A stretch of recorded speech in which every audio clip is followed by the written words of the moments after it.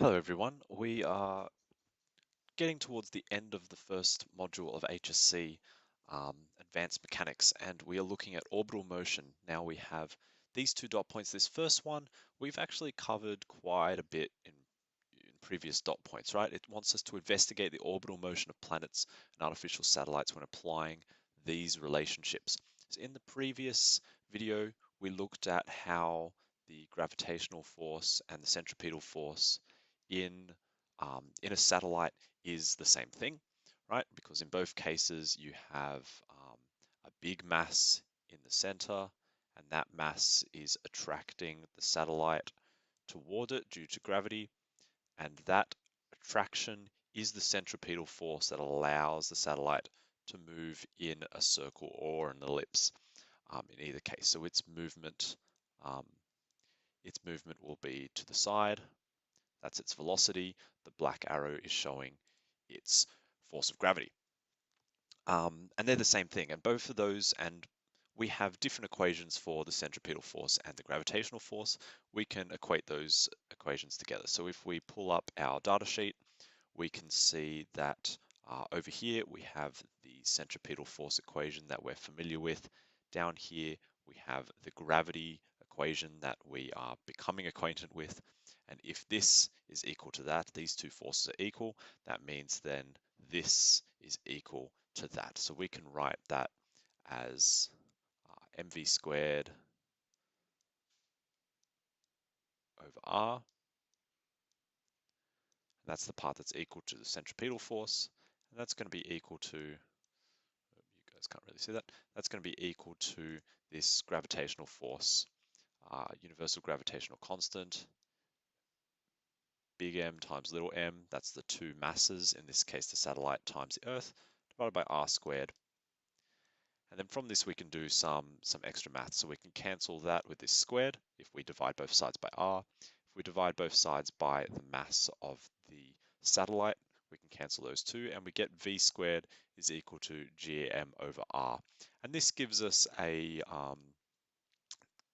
idea of the relationships between the mass, the orbital radius, and the orbital velocity, right? Oh, sorry, probably not the mass, the orbital radius and the orbital velocity, right? Because it's relating the velocity and the radius. I'm not saying mass because we've crossed out mass of the object itself. If you want that mass, you just need to look at this equation here by itself before we cancel out, and we get mass there. Now we just need some kind of equations to get relationships between centripetal acceleration and orbital period. Again, if we go to our data sheet, we have our centripetal equation, centripetal acceleration equation here. It's velocity over radius squared. So again, that's relating velocity, radius, and centripetal acceleration. And then for orbital period, that is going to be down here, capital T. Orbital period is related to radius and velocity as well. So these two equations show that radius and velocity are both going to be connected to orbital period and to centripetal acceleration. It's important to know when you're looking at an equation, let's say, for example, the centripetal acceleration. So we have AC is equal to v squared over r. Nice, simple equation. It's important to be able to read these equations. So we want to know how velocity affects acceleration, how radius affects acceleration. So because radius is on the denominator, that means that if you increase the radius, actually let's use a different color. If the radius is increasing, that means this acceleration is going to decrease. And they're proportional to each other because there's no modifiers being attached to either variable. However, let's use a different color. This velocity, because it's on the numerator, and by the way, acceleration is also on the numerator, it's acceleration over 1. That means if you increase the velocity, that means the acceleration is also going to increase, okay? Because they're both on the numerator. So if both of them are on the same side of the fraction, they're going to lift each other up or pull each other down.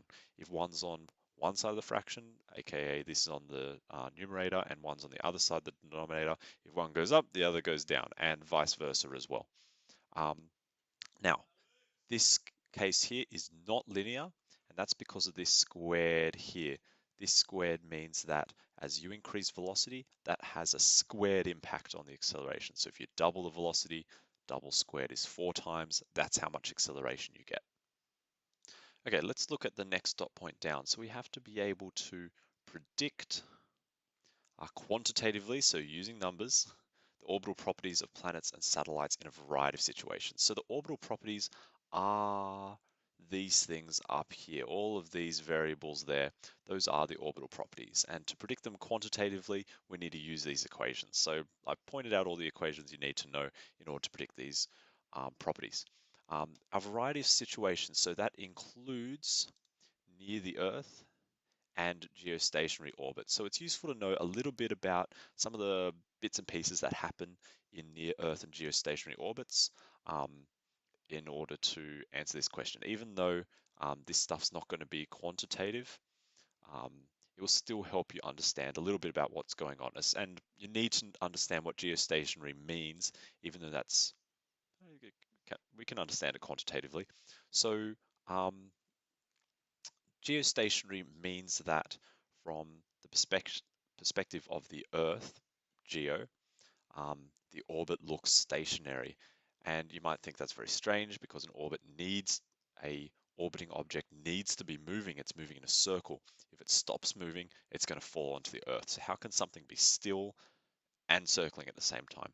And this can happen because the Earth itself is spinning, okay, and just has to be from the perspective of the Earth. So if we have the Earth here and we're looking top down at the Earth, so the North Pole's right at the top there, and it's spinning around in a circle like this, right? Night and day, 24 hours to do one circle, okay?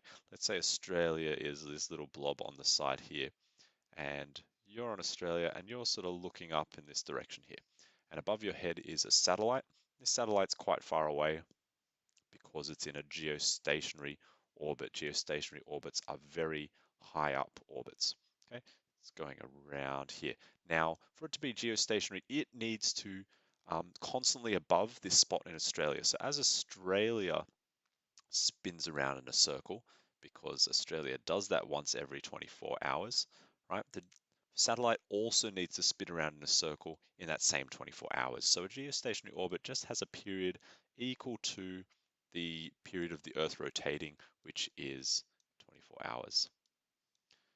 Okay, and then using this period, you can calculate almost everything else about this satellite. You can't calculate its mass, but you're definitely going to be able to work out how high it is above Earth um, based on the orbital period and the equations that we've looked at above, and the equations we've looked at. Um, Let's see. So near the Earth orbit, what's going to happen there? Well, one fact, so near the Earth orbit doesn't have to go around the equator. They can go up and down around the Earth this way, or they can go, diagonally. They can go around in any direction. That doesn't work for geostationary. Geostationary has to go around the equator. Um, geostationary, if geostationary tried to go around the Earth this way with a period of 24 hours, it's not going to stay in the same spot. Um, the North Pole's here, it's going to fly past the North Pole, go to the South Pole, and come back. So that's not going to work.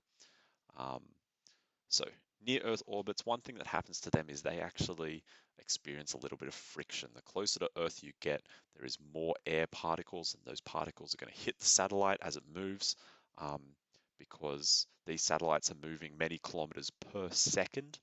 So if you imagine a 5 kilometers of space, you move through all of that in a single second. Even if there's not much air in that space, you're going to be hitting it really hard, and you're going to be hitting a lot of it in a short period of time.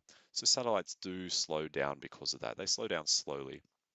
As they slow down, their orbits get smaller, so they spiral in a little bit more, which means they're lower in the air. There's a little bit more air, so there's more friction. They slow down even more, which means there's more air. They slow down even more. And if this was let to continue, they'd eventually crash on Earth.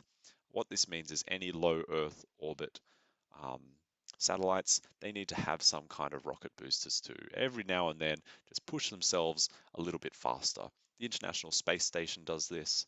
Um, Low Earth orbit is a particular has a particular sort of number for how high it is above Earth. International Space Station sort of sits between the regular low Earth orbit ones and the geostationary. It's not quite as high as them.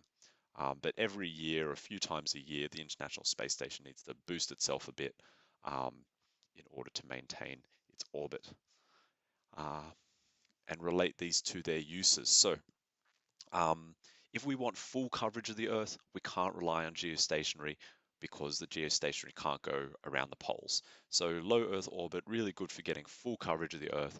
Things for like GPS, right? Where no matter where you go on Earth, satellites are able to help your phone pinpoint its own location.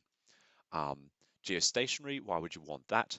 Well, if you have at home a satellite dish in order to get uh, TV channels from a satellite from overseas, that satellite dish is just pointing in one direction. That's because it's pointing at a satellite. And if the satellite was not in geostationary orbit, that satellite dish would have to move around in order to follow it in the sky. And when that satellite went to the other side of the Earth, you'd lose reception. Right? So geostationary orbits are really good for communication because on Earth you know exactly where you need to point your communication device in order to get a signal. Um, Geostationary orbits could also be used to monitor a certain area. Um, whether you're trying to monitor certain countries or ecosystems or anything like that. They can be useful for that too. And that's it. Goodbye, everyone.